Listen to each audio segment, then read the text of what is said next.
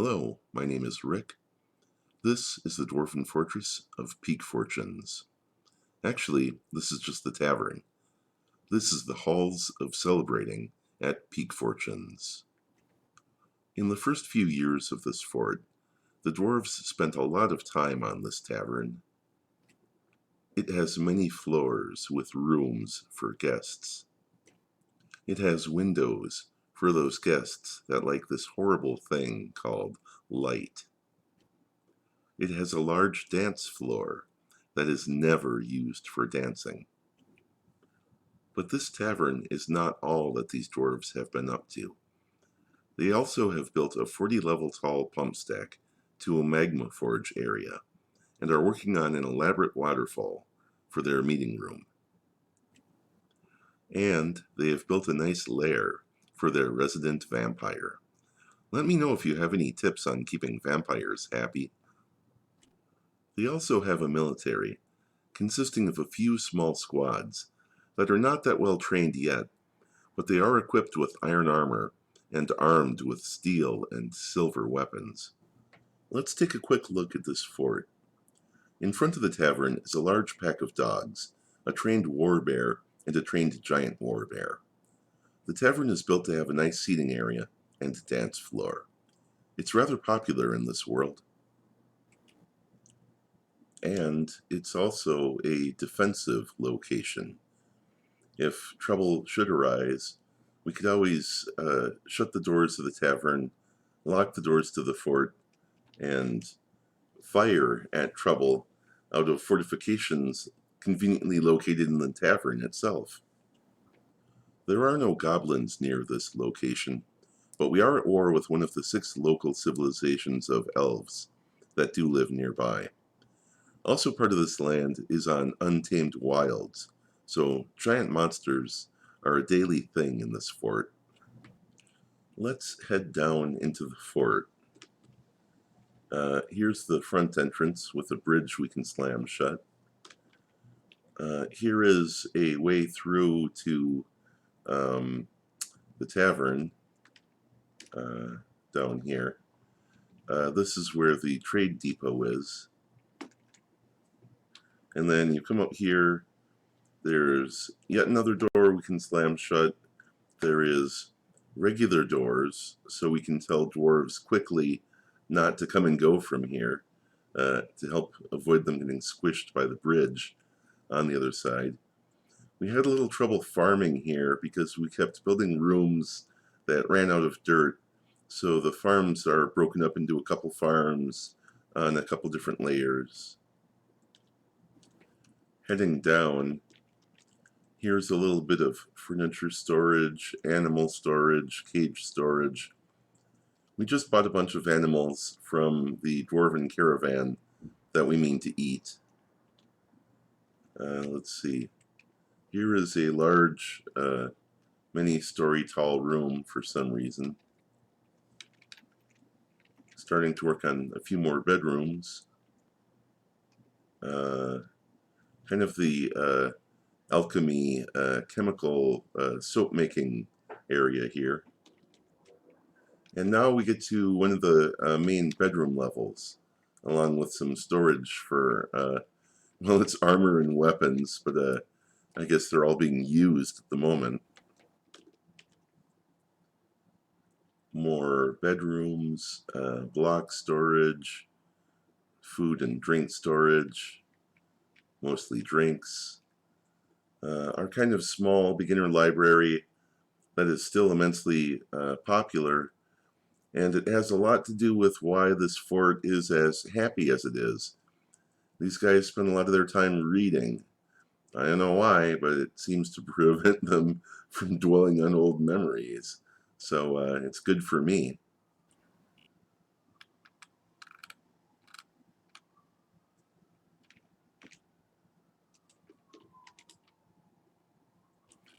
On this level you have more bedrooms, the clothing production area, including leatherworking stations, a loom, a clothier's workshop, a huge supply of mostly leather at the moment because we've used a lot of the cloth. We have clothes and armor storage, and also rainbow trout. Pretty sure that's not supposed to be there.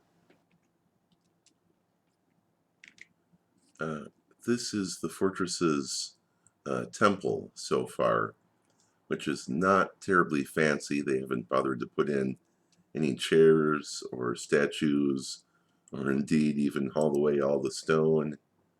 But right next to the temple is unfortunately the dwarves' graveyard, because we needed one after a vampire attack in the fort.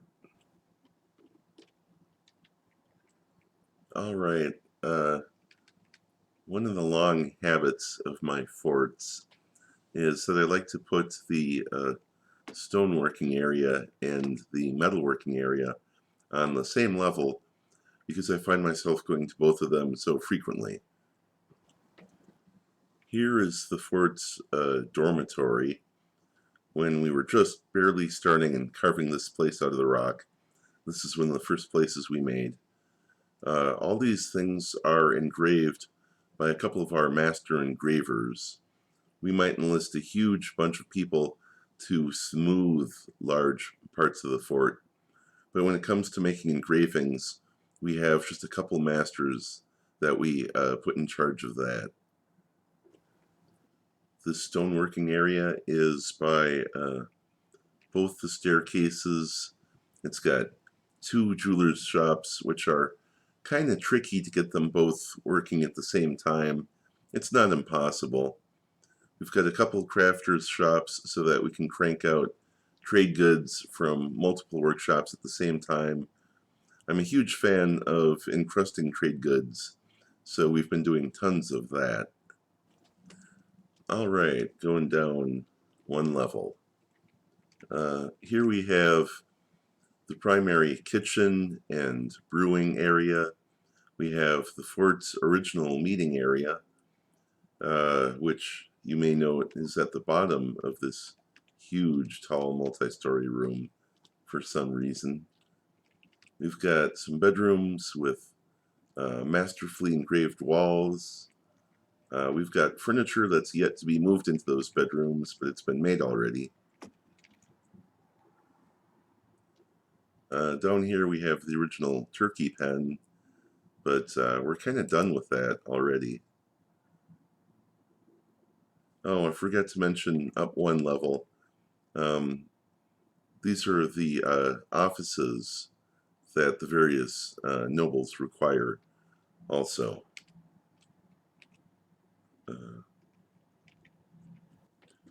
We've got a mayor. We like them all right. They're not bad.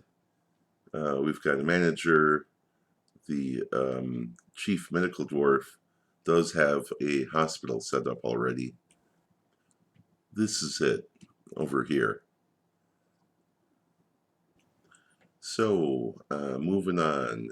Going down, we have just a tiny jog over what used to be a little bit longer hallway with yet another door that we can open or close.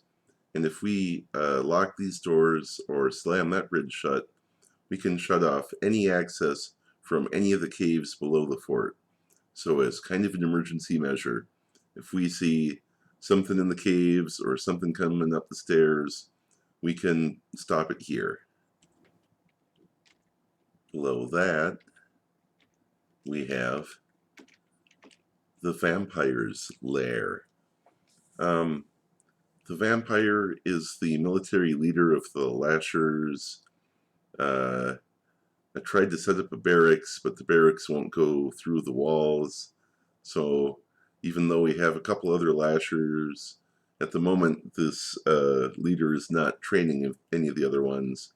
But I gave the vampire a bedroom only to find out they don't sleep, so I ordered them to go there to make them see the bed and the nice chest and statue that they have. Doesn't really appear to have worked. They just don't seem to see it if I send them there by military orders. So I gave them a crafting table to entertain them. They've got their barracks they can train in. I really need to get this guy some armor and a whip and a few followers and see if I can't somehow get him to train them through walls or perhaps also become vampires. Heading on down, um, we've never really broken into the caves because the caves are just filled with things that we cannot handle. Forgotten beasts that shoot fire, forgotten beasts that shoot web, forgotten beasts that inject venom into things. Oh, look, there's one now. Pretty much the last thing to show in this fort is this soon-to-be magma forge area that is 40 levels above the magma sea and will be hopefully filled in by this huge pump stack contraption. So this fort is about to go through some interesting times. There's a number of questions. Can we fire up 40 magma pumps without having some sort of huge disaster and flooding our own fort with magma? Can we dig through the roof of the tavern and connect that giant room to our meeting area without killing anybody? Can we turn on the waterfall for the first time without having it back up and cause some kind of flooding disaster? And there's other interesting challenges in this world. We could try to conquer sites. We could try to raid sites. We could try to take it to those elves that have already declared war on us the moment we set foot on this map.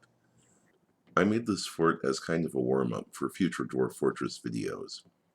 I wanted to see if the current release is stable enough to use, and it is. It is really nice. Let me know if you want to see more of Peakfortunes by leaving a like or a comment about what you want to see the most. Do you want to see me try to raid elf places, turn on a waterfall, try out the magma pump stack? What about going after that shiny blue stone all surrounded by magma? Should I send my vampire out on raids against the world, or spend them trying to create a whole squad of vampires? If you like fantasy, castles, or design, check out this video about a fully furnished fantasy castle made in Minecraft. YouTube thinks you will like one of my videos, so that's up there. My tutorials have been doing really well lately, so check those out. If you'd like to see more of my videos, subscribe and hit the bell icon because I'm not popular enough to be found any other way yet.